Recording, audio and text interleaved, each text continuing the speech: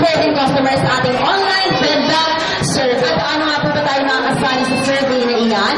Kailangan po na maglaban kayo sa www.jkw.com.ph/survey at mag-register doon at sagutan ang aming maiksing survey. Ang inyo po nga pag-register doon ay kasali na kayo agad sa ating electronic raffle draw at ginawa po ang ating mga draw noong March 19 at ang nanalo.